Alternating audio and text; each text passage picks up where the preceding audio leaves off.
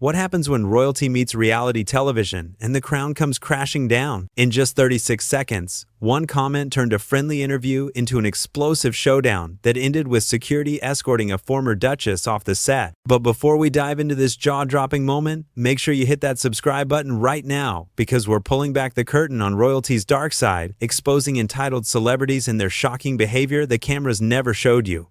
We've got the raw footage they don't want you to see, and you won't want to miss a single reveal. Drop a comment below with your thoughts on this outrageous behavior, because trust me, you're going to have some opinions after hearing what went down. So let's get into it. Jon Stewart's late-night show has always been known for asking the tough questions, the real questions that other hosts shy away from. He's built a reputation on keeping it honest, calling out hypocrisy wherever he sees it, and treating every guest the same, whether they're Hollywood royalty or actual royalty. And that's exactly what made this particular interview so explosive. When Meghan Markle walked onto the set that evening, the audience erupted in applause. She smiled, waved, and took her seat across from Jon with the kind of confidence that comes from years in the spotlight. She was there to promote her latest venture, a lifestyle brand that promised to bring authenticity and realness to everyday living.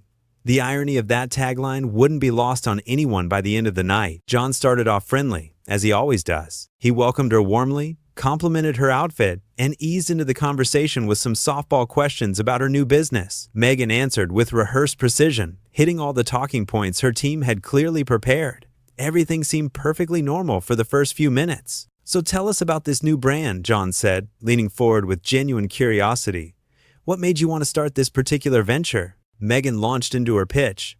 "Well, Jon, I've always been passionate about helping people live their best lives. This brand is about bringing luxury and wellness to everyone, not just the privileged few. It's about democratizing elegance." Jon nodded along, but anyone who knows his style could see the wheels turning. He wasn't going to let the corporate speak slide for too long. "Democratizing elegance," Jon repeated, a slight smile playing at his lips.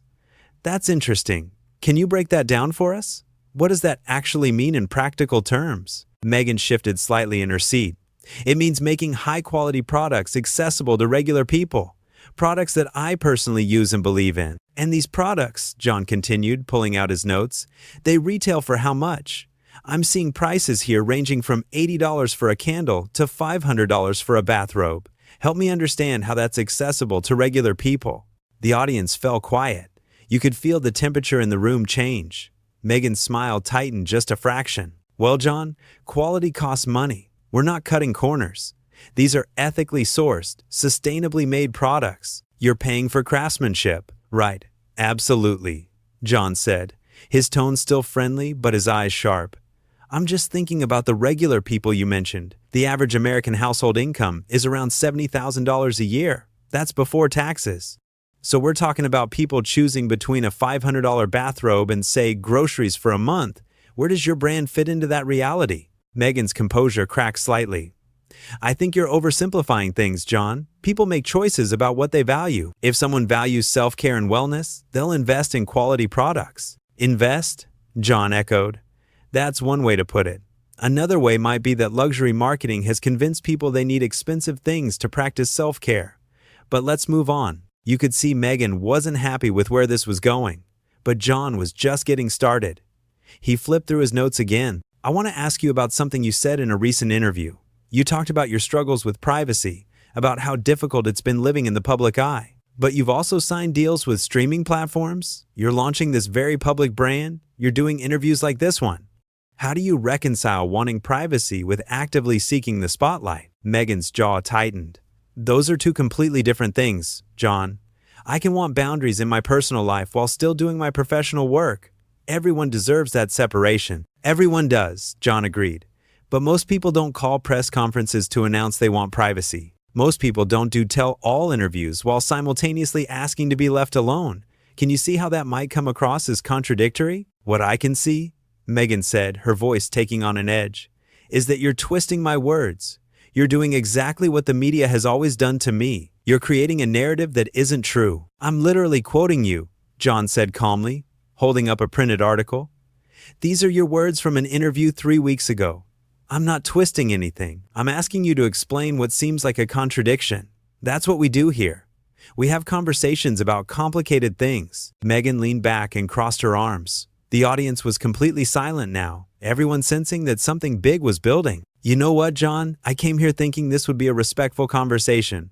I thought you were different from the others. But you're just like every other journalist who's tried to tear me down." "I'm not trying to tear you down," John said, his voice still even and measured. "I'm trying to understand your perspective. But, you have to admit, there are some legitimate questions here. You've positioned yourself as a voice for the marginalized, for the voiceless. But you're also selling luxury products that most marginalized people could never afford. You've talked about media intrusion while courting media attention.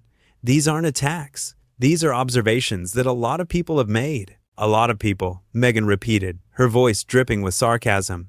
"You mean the trolls, the haters, the people who have had it out for me from day one?" "I mean regular viewers," John clarified. "People who are trying to square what you say with what you do, and I think they deserve some clarity." Meghan uncrossed her arms and leaned forward, her eyes flashing.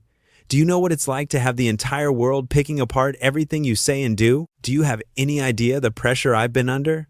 "I don't," John admitted. "But I do know what it's like to be held accountable for my words and actions. That's part of being a public figure.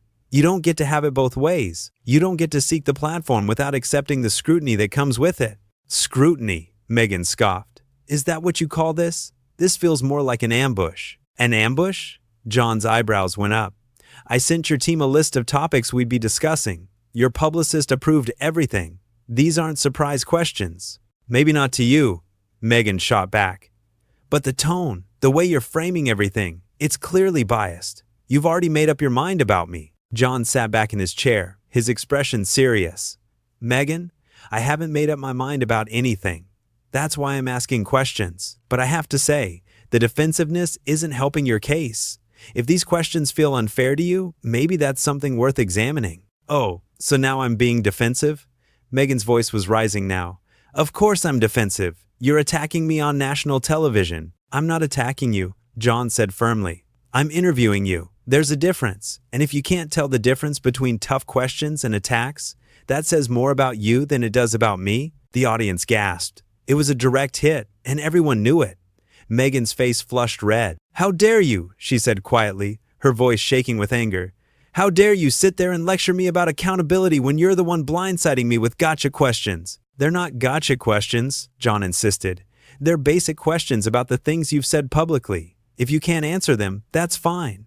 But don't blame me for asking." Meghan stood up abruptly, her microphone pack pulling at her dress. "You know what? I don't have to sit here and take this. I agreed to come on this show as a courtesy, to talk about my business, not to be interrogated like a criminal." "Sit down, please," John said, his voice calm but firm. "We're in the middle of a conversation." "No," Meghan said sharply. "This conversation is over. You're clearly not interested in hearing what I actually have to say. You just want to make me look bad." "I want you to answer straightforward questions," John replied. "That's literally my job. And if you walk off this set right now, you're going to make yourself look bad. I'm giving you a chance to explain yourself." "I don't need to explain myself to you or anyone else," Meghan snapped. "I'm done being judged by people who have no idea what I've been through." John's expression hardened slightly. "Here's the thing, though. You're asking people to buy your products, to support your brand, to listen to your voice.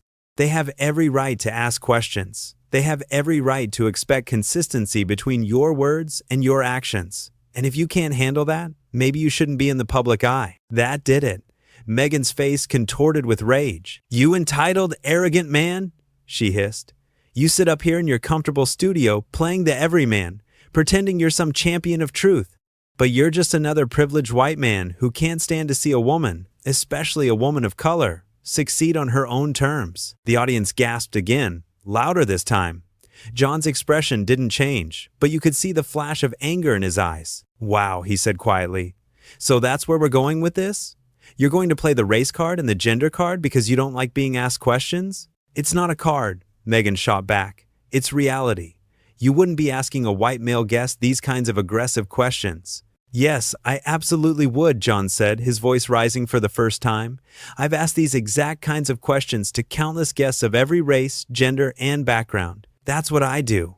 I don't give anyone a free pass just because of who they are. That's called integrity." "Integrity?" Meghan laughed bitterly. You don't know the meaning of the word. You're a bully with a microphone, and you're someone who can't handle the slightest bit of pushback, John countered. You want everyone to treat you like royalty, to bow down and accept everything you say without question. But that's not how the real world works. The real world? Meghan's voice was shrill now. What do you know about the real world? You've been famous for decades. You've never had to deal with what I've dealt with. You're right, John said. I've never married into the British royal family. I've never had that level of privilege and platform. But I've also never complained about it while simultaneously profiting from it. Profiting? Meghan was practically shouting now. I've been traumatized. I've been harassed. I've been driven to the brink by the media and by people like you. People like me? John repeated slowly. You mean journalists? People who ask questions? Because if that drives you to the brink, you need to seriously reconsider your career choices. Meghan grabbed her purse from beside the chair. I'm leaving. This is ridiculous. You're ridiculous. Go ahead, John said, gesturing to the exit. Walk off. Prove my point. Show everyone watching that you can dish it out, but you can't take it. I don't have to prove anything to you, Meghan spat. No, but you do have to prove something to them, John said, pointing to the audience. These are the regular people you claim to care about, the ones you're selling democratized elegance to. And right now, they're watching you have a meltdown because someone dared to question you. Meghan turned to face the audience, her eyes wild. You people don't understand. None of you understand what it's like to be in my position. One audience member shouted back, We understand you're acting entitled right now. The crowd murmured in agreement. Meghan's face went pale, then red again. She whirled back to John. This is your fault. You turned them against me. I didn't do anything, John said calmly. You did this yourself. Every word that came out of your mouth, every reaction, every accusation, that was all you. I just asked questions. Questions designed to make me look bad, Meghan insisted. No, John said firmly. Questions designed to get real answers. And instead of answering them, you attacked me. You played victim, and you insulted the intelligence of everyone watching. That's on you. Meghan's hands were shaking as she tried to unhook her microphone. Where's my team? Someone get me out of here. A producer rushed onto the stage, trying to calm her down. Meghan, please, let's take a breath and... Don't tell me to take a breath, Meghan snapped at the producer. Get me off this stage right now. John watched the chaos unfold with an almost sad expression. You know what the really tragic thing is? He said, his voice carrying over the commotion. You actually had some good points buried in there. About media responsibility. About the challenges of public life. But you undermined all of it by refusing to engage honestly. You had a chance to have a real conversation, and you blew it. Meghan stopped struggling with her microphone and stared at him with pure hatred. You're going to regret this, John. You have no idea who you're messing with. The audience gasped at the threat. John just shook his head. There it is, he said quietly. The real you. Not the polished brand ambassador. Not the humanitarian. Just someone who threatens people when things don't go their way. I'm done, Meghan announced to no one in particular. Someone call my car. I'm leaving. The producer tried one more time. Meghan, if we could just... Now! Meghan screamed. Get me out of here now! John stood up from his desk. You heard her. She wants to leave. Let her leave. Meghan looked at him with disgust. You're gonna pay for this. My lawyers will be in touch. About what? John asked, genuinely curious. What exactly did I do that was illegal? I asked you questions. You didn't like them. You had a tantrum. That's not a legal issue. That's a you issue. This interview is over, Meghan declared, as if she had the authority to make that decision. Yeah, I think we established that already, John replied dryly. Security appeared at the side of the stage, unsure what to do. The producer whispered something to them, and they approached cautiously. Don't touch me, Meghan warned them. I'll walk myself out, then walk, John said. No one's stopping you. Meghan grabbed her purse tighter and started toward the exit, her heels clicking loudly on the studio floor. But she couldn't resist turning back one more time. You know what your problem is, John? You think you're better than everyone else. You think your little comedy show gives you the right to judge people. I don't think I'm better than anyone, John said tiredly. But I do think I have the right to ask questions. That's literally what this show is. It's conversations, discussions, exchanges of ideas. If you're not willing to participate in that, you shouldn't agree to come on. I participated, Meghan said. You attacked. If that's what you think happened here, then I really can't help you, John said. But I'll tell you what I'm going to do. I'm going to air this entire segment, unedited, and let the viewers decide who was reasonable and who wasn't. Meghan's eyes widened. You wouldn't dare. Try me, John said. You came on this show voluntarily. You signed a release. Everything that happened here is fair game. And honestly, I think people deserve to see it. They deserve to see how you react when you don't get the softball treatment. This is defamation, Meghan sputtered. This is you running out of arguments, John finished. Look, you can leave, or you can sit back down and we can actually have the conversation you claim you wanted to have. But either way, you need to make a decision because we're on a schedule here. Meghan looked around wildly, at the cameras, at the audience, at the crew members, watching with varying expressions of shock and secondhand embarrassment. Fine, she said through gritted teeth. Air it. Show the world how you treat your guests. Let's see how that works out for you. I'm willing to take that risk, John said.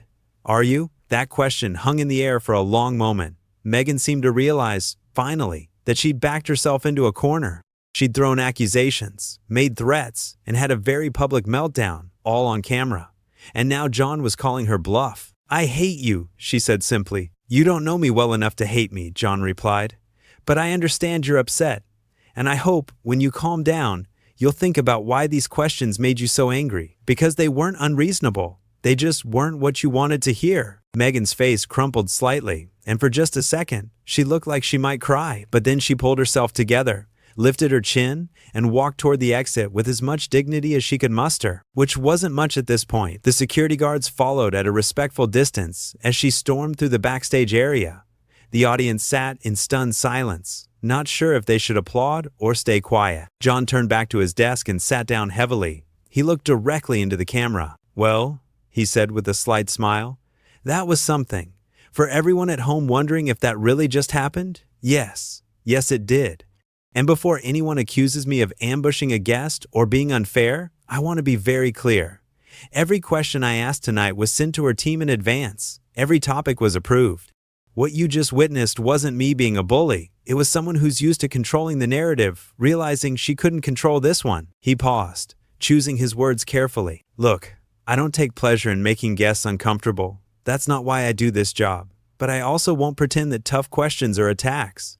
I won't walk on eggshells because someone has a title or a platform or a brand to protect. Everyone who sits in that chair gets the same treatment. Rich, poor, famous, unknown, I ask them real questions and I expect real answers. And if that's too much for someone, they probably shouldn't be in the public eye. The audience started to applaud, tentatively at first, then with more enthusiasm. Now, John continued, I'm sure we'll hear from her team. There will probably be statements and accusations and maybe even legal threats. But I stand by every word I said tonight, and I challenge anyone who thinks I was out of line to watch this interview again and tell me what I should have done differently. Should I have just let her promote her $500 bathrobes without questioning the accessibility claims? Should I have nodded along when she talked about privacy while doing publicity tours? Should I have ignored the contradictions? He shook his head. I couldn't do that. I won't do that. Because the moment I start giving people a pass just because of who they are, I've lost my integrity. And that's the one thing I'm not willing to lose. Backstage, they could hear raised voices. Meghan was apparently still making her displeasure known to anyone within earshot. The audience exchanged glances, some amused, some shocked, all riveted. John glanced toward the noise and smiled slightly. Sounds like someone's not happy, but you know what? That's okay. It's okay to leave an interview unhappy if the questions were hard. It means something real happened, something authentic. And isn't that what she claims to be all about? The stage manager gave John a signal. They needed to wrap up. All right, we need to take a quick break, John said to the camera. When we come back, we'll try to get back to our regularly scheduled programming, assuming we don't have any more guests threatening to sue us. Stick around. The lights dimmed for the commercial break, and the studio erupted in chatter. Crew members gathered in small groups, replaying what they'd just witnessed. The audience members turned to each other, talking rapidly, some laughing in disbelief, others shaking their heads. John stayed at his desk, reviewing his notes, looking remarkably calm for someone who'd just had such a confrontational encounter. A producer approached him cautiously. That was intense, the producer said. Are we really going to air all of that? Every second, John confirmed. Unedited. The truth is, the best defense against whatever spin she tries to put on this. Her team is already calling, the producer reported. They want the footage killed. John looked up sharply. Absolutely not. She signed the release. She knew what she was getting into. And quite frankly, the public needs to see this. They need to see what happens when someone who's built their brand on being relatable and authentic gets asked to actually be those things. The producer nodded and walked away. John turned back to his notes, already thinking about how to frame the rest of the show. In the hallway outside, Meghan was on her phone, her voice carrying despite the closed doors. "I don't care what you have to do," she was saying. "Get that footage, threaten them, sue them. I don't care, that cannot air. Do you understand me? That cannot air." But it was too late. The damage was done, not from the questions, but from her reaction to them. She'd shown everyone watching exactly who she was when the mask slipped, and no amount of PR spin was going to change what people had seen with their own eyes. Back in the studio, the lights came back up. John straightened his papers and looked into the camera with that familiar, slightly mischievous grin. "Welcome back," he said. "For those just joining us, you missed quite a show. But don't worry, we'll be replaying that segment extensively, probably for years to come. It's not every day you get to witness someone completely unraveling in real time." The audience laughed, the tension breaking slightly. "Now I know some people are going to say I was too hard on her," John continued. "They'll say I should have been more gentle, more deferential. But here's the thing about respect.